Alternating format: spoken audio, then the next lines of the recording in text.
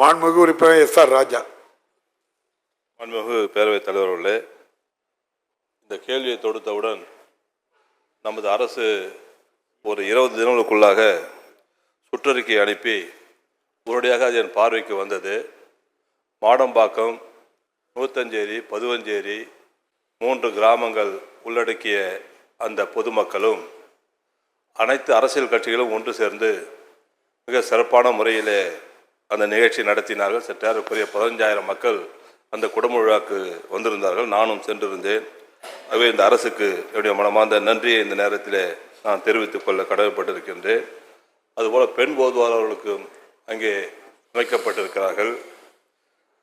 அங்கே அந்த திருக்கோயில் 1000 ஆண்டு பழமை வாய்ந்த திருக்கோயிலுக்கு 84 ஏக்கர் இடம் இருக்கிறது. அது சென்னையை ஒட்டியிருக்கின்ற அந்த பகுதியில் எல்லாம் மதிப்புமிக்க நிலங்களாக இருக்கின்றது. அதிலே மையப்பகுதியில் சர்வே நம்பர் 74 4 ஏக்கர் 4 சென்ட் இடம் இருக்கிறது. அங்கே ஒரு திருமண மண்டபம் காம்ப்ளெக்ஸை அமைத்து தந்தால் அந்த பகுதி மக்களுக்கு மகிழ்ச்சியாக இருப்பார்கள். காரணம் 2006-11 காம்ப்ளெக்ஸ் கட்டி தந்தா பயனுள்ளதாக இருக்கும். அந்த மக்களுக்கு செய்து கட்டி தருவீர்களா? அப்படி கேட்டுங்க மாண்புமிகு அமைச்சர். அது அடுத்த கேள்வி இருக்கு. என்ன ஒரு கேள்வி இருக்கு மாண்புமிகு அமைச்சர். காம்ப்ளெக்ஸ் கட்டி தருவீங்களா? 84 ஏக்கர் நிலம் இருக்குன்னு சொல்றாங்க. காம்ப்ளெக்ஸ் கேட்கல, 4 ஏக்கர் இடத்துல கல்யாண மண்டபம் கேட்கிறாரு. மாண்புமிகு பேரவைத் தலைவர் அவர்களே, இந்த ஆட்சி பொறுப்பேற்ற பிறகுதான் 71 திருமண மண்டபங்களுக்கு அனுமதி தந்து சுமார் 257 கோடி ரூபாய் செலவில் திருமண மண்டபங்கள் கட்டப்பட்டு வருகின்றன. திருமண மண்டபங்கள் கட்டுகின்ற பணிகளை எடுத்துக்கொள்வதற்கு முன்பாக அந்த திருக்கோயில் நடைபெறுகின்ற திருமணங்கள், அந்த திருக்கோயிலுடைய நிதி வசதி, தொடர் செலவு, தொடரா செலவு, இந்த இரண்டையும் கணக்கிட்டு வாய்ப்பு இருக்குமானால் நிச்சயமாக மாண்புமிகு தமிழக முதல் கவனத்திற்கு எடுத்து சென்று இந்த ஆண்டே திருமண மண்டபம் கட்டுவதற்குண்டான பணிகளை மேற்கொள்வோம். மீதம் இருக்கின்ற நிலத்தில் திருக்கோயிலுக்கு வருவாய் ஏற்படுகின்ற அளவிற்கு அந்த திருக்கோயிலை பல்வேறு வகையில் பயன்படுத்துவதற்குண்டான ஒப்பந்தங்கள் கோரப்பட்டு முறையாக திருக்கோயில் வருமானத்திற்கு மீதம் இருக்கின்ற இடத்தை எடுத்துக்கொள்ளலாம் என்பதை மாண்புமிகு பேரவைத் தலைவர் வாயிலாக உறுப்பினருக்கு தெரிவித்துக் கொள்கிறேன். மாண்புமிகு உறுப்பினர் எஸ்.ஆர். ராஜா. மாண்புமிகு பேரவைத் தலைவர்களே, அந்த திருக்கோயிலில் 2 பெரிய குளங்கள் இருக்கிறது.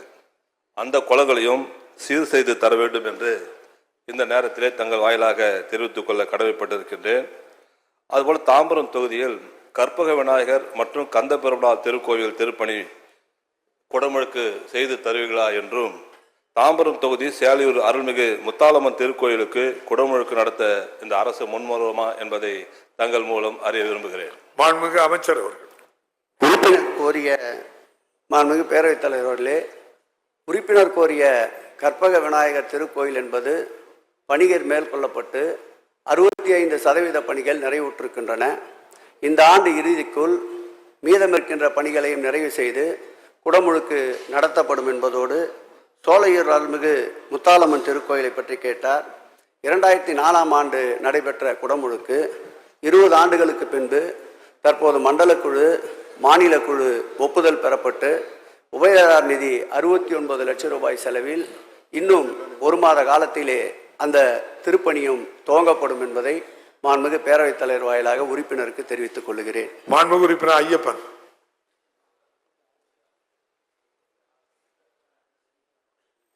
மாண்புமிகு பேரவைத் தலைவர் அவர்களே, உசிலம்பட்டி சட்டமன்ற தொகுதி சேடப்பட்டி ஊராட்சி ஒன்றியம் சாப்டூர் கிராமத்தில் அமைந்துள்ள உலக பிரசித்தி பெற்றுள்ள அருள்மிகு சுந்தரமாலயம் கோயில் மலைக்கு ஏறி செல்வதற்கு பக்தர்கள் பயன்பாட்டிற்காக பாலங்கள் கட்டுவதற்கும் மலையடிவாரத்தில் பக்தர்கள் தங்குமிடி கட்டுவதற்கும் டெண்டர் விடப்பட்டு பல மாதங்கள் ஆகியும் இன்னும் பணிகள் துவக்கப்படவில்லை. பக்தர்கள் நலன் கருதி அதை உடனடியாக நிறைவேற்றி தருமாறு மாண்புமிகு பேரவைத் தலைவராக அமைச்சர் அவர்களை கேட்டுக்கொள்கிறேன். மாண்புமிகு அமைச்சர் அவர்கள். மாண்புமிகு பேரவைத் தலைவர் அவர்களே, உறுப்பினர் குறிப்பிட்ட அந்த கொண்டை மாரியம்மன் திருக்கோயிலுக்கு ஒப்பந்தம் கோரப்பட்டிருந்தது உண்மை.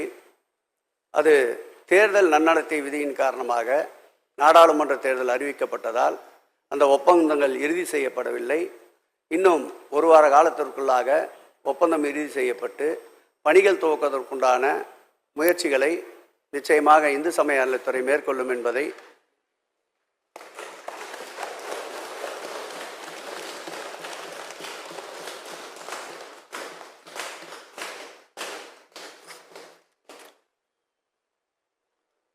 உறுப்பினரே அந்த திருப்பணியை முன்னின்று துவக்கி வைப்பதற்குண்டான அனைத்து ஏற்பாடுகளையும் துறையின் சார்பில் மேற்கொள்ளப்படும் என்பதை பேரவைத் தலைவர் வாயிலாக உறுப்பினருக்கு தெரிவித்துக் கொள்கிறேன்.